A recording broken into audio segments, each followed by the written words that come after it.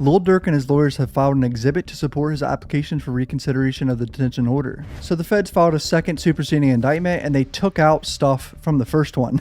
And it's 2 paragraphs specifically that the defense have pointed out is completely false. So it almost seems like the feds are realizing they made 2 big mistakes.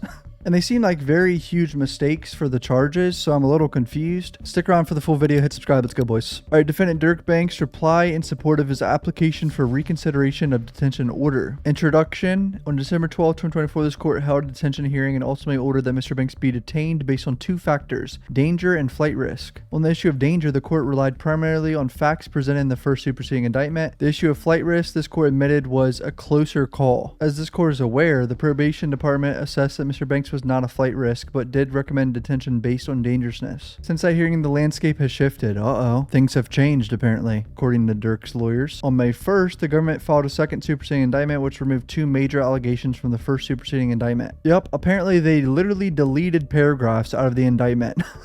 Like, I think they realized they were wrong. That's the only thing I can think of. First, it removed the allegation that Mr. Banks' song lyrics somehow glorified the murder of SR. And second, it removed the allegation that Mr. Banks directed others to pay or be paid a bounty for the murder. So what do they got on him? Isn't this a murder for hire case? They removed that part? The bounty part? Importantly, the government returned to the grand jury and sought this superseding indictment, the second one. After and apparently in response to Mr. Banks filing his motion to dismiss the indictment and his application for reconsideration of the detention order, in essence, the government effectively conceded Mr. Banks' central argument in his application for reconsideration that the government presented false and misleading information about Mr. Banks to the grand jury and to this court concerning critical factual allegations. So this is Drew Findling, Durk's lawyer, putting his dick down on the table saying they gave in. They admitted they were wrong doing this. In its response to supplemental filing, the government downplays these changes as immaterial and underserving of this court's consideration. However, as detailed below, they are both appropriate and great import in this court's review of the statutory factors for release, with the issues of the lyrics and the payout of a bounty altogether abandoned. What remains of the indictment is a weak patchwork of unsupported and non-specific allegations against Mr. Banks. I wonder what else they have on him, because they didn't have to put all their evidence in the indictment. I keep saying this every Durk video, but like, they have to have more.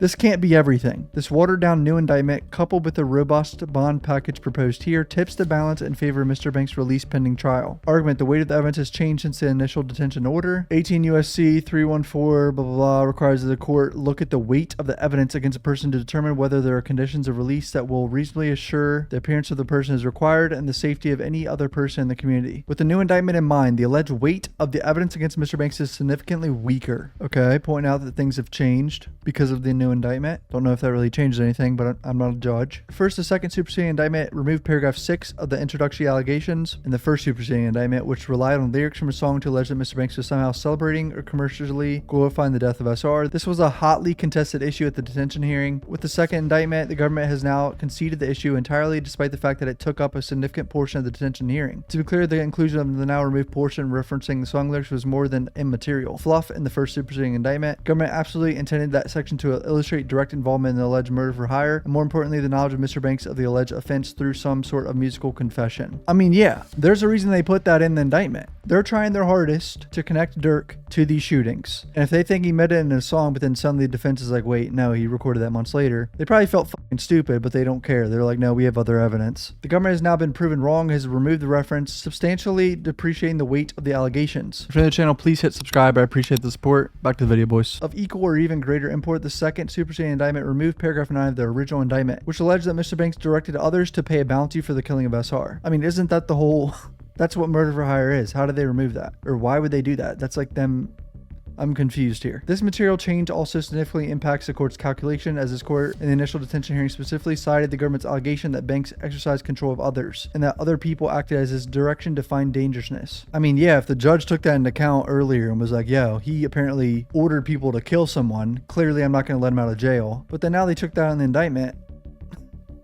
I'm lost, dude. They have to have more evidence. Although the allegations are not that the defendant personally pulled the trigger, the allegations are that the defendant exercised a significant amount of control over other individuals and that those individuals were acting at his direction. Now at the payment of the bounty allegation withdrawn from this indictment, the foundation for this court's conclusions has been materially undercut. Outside the allegations in the indictment, the government can only point to ambiguous and unsubstantial pieces of evidence, i.e. one singular text message to a variety of interpretations alleged to have been sent by Mr. Banks. No other specific or direct evidence has been provided to date. What? Hold on, the defense hasn't gotten any other evidence? I wonder when the discovery cutoff is for this case. It's got to be coming up soon, in the next few months or something, because isn't this case scheduled for January?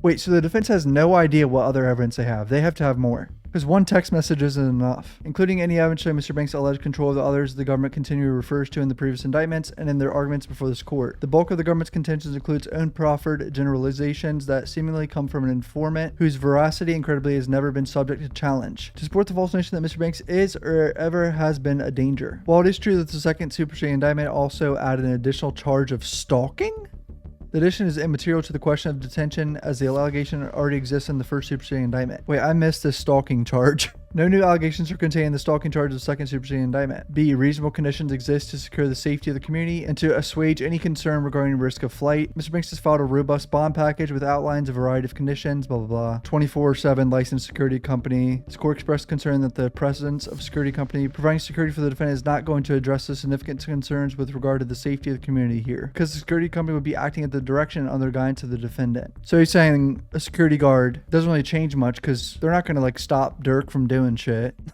Like, Durk can still do whatever he wants sitting in his house. The government argued that the security would be present for physical protection of Mr. Banks. To clarify, the purpose of the security company detailed in the bond package would be to enforce the terms and conditions of the bond set by this court. So now the defense is coming back saying, yo, we'll have a security guard in there telling Durk not to do certain shit too if they see him stepping out of line that he's not supposed to be doing. Talking to people or anything like that on the phone. That's the only thing I can think of. Specifically, if there's an order regarding curfew or home confinement, the security company would serve as a prophylactic measure to ensure Mr. Banks' compliance with those conditions. Put another way, the security company would be beholden to this court, not Mr. Banks, although he would be the one footing the bill. Both Mr. Banks and the security company are aware of this agreement and provide a specific plan regarding the line of communication to the court and pretrial services if the court allows release. With this check in place, Mr. Banks poses no danger to the community or of fleeing the jurisdiction, blah, blah, blah. Based on the change of circumstance created by the second superseding indictment, as well as significant bond package that includes stringent conditions that properly rebut the presumption that he's a danger of flight risk, Mr. Banks respectfully requests his court release him or conditions pending trial. Will this judge do this? Probably not. With the seriousness of these charges, even if they do this bond package and everything, I don't see the judge giving in and letting him out. Probably in fear of witness tampering or something like that.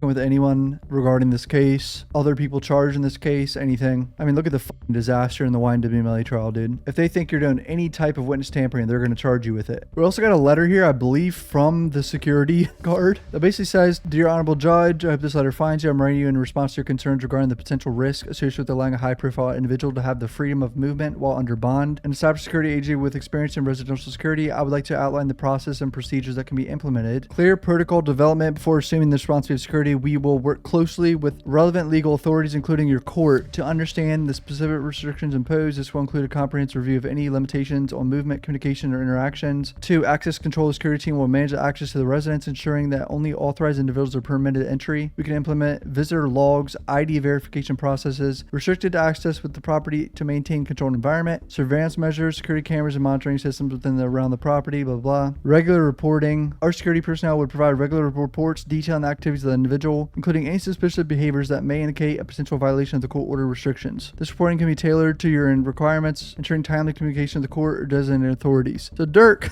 is willing to have some snitches working around him. I doubt, bro, Durk's gonna be friends with these boys, man. This ain't gonna happen. They see him doing something, they're gonna be like, "Hey, Durk, what you doing? Chill."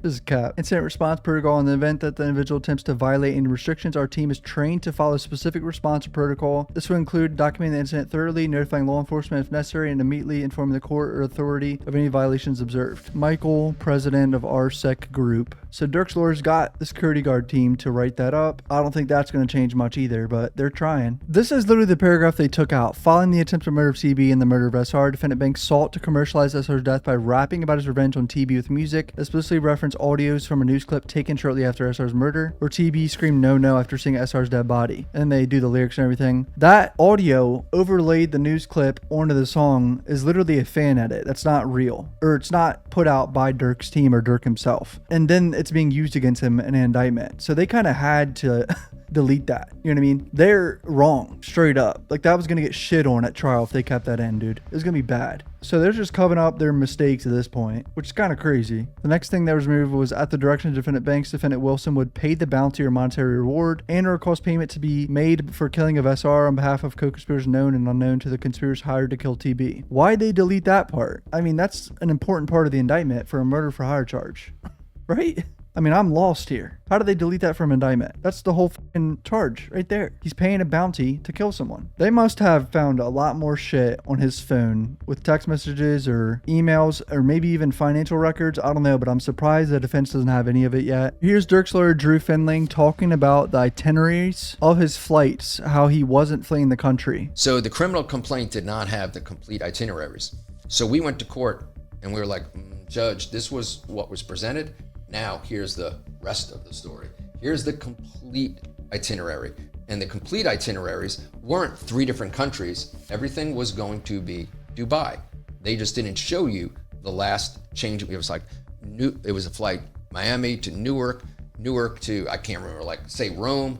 And then they didn't present the judge with the last part, okay, which was there to Dubai. Everything was going to Dubai, with the exception that everything was like row 52, middle seat. And respectfully, he's Lil Durk. He's internationally famous, and he just wasn't gonna sit on the middle seat. I think I said that in one of my previous videos, that he didn't want to sit in the middle seat for that long, which I would never do either. I hate flying. I'm not doing that shit. I'll do it for a few hours, but not across the damn world. So now here's this lawyer talking about the lyric side of things, where he says the government misrepresents the lyrics, bragging about killing SR in the indictment. So we raised that the song, we have an affidavit from one of the producers, and we present it to the court. We go, look, this was the proverbial smoking gun of the indictment. This is what distinguishes this case. Durk self-snitching on himself in a song, right? From the first indictment. This is the only new fact they put in. So they must think that this is a home run. But this is provably false. It was recorded before, 8 months before the murder. So how can he do that? Can't predict the future like that. And if Drew or Kelvin goes into a grand jury and says something like that, we got to lawyer up, because we've just said something that's untrue to a grand jury. And so our point is, somebody went to the grand jury and said this, which is absolutely false. So that's serious. I mean, we need these grand jury transcripts. That's what we need here, boys, to look over this. If they refer to these lyrics a few times, that's bad. That's pretty much it on the Durk update. He does have a hearing today, I think, that you're watching this video. So he could get out on bail, I think, today as you're watching this, but I highly doubt it. I'm going to be honest. I mean, it's a Fed case, bro. They're not going to let this guy out on bail. But yeah, hit subscribe. Love you, boys. Thanks for support. Peace out.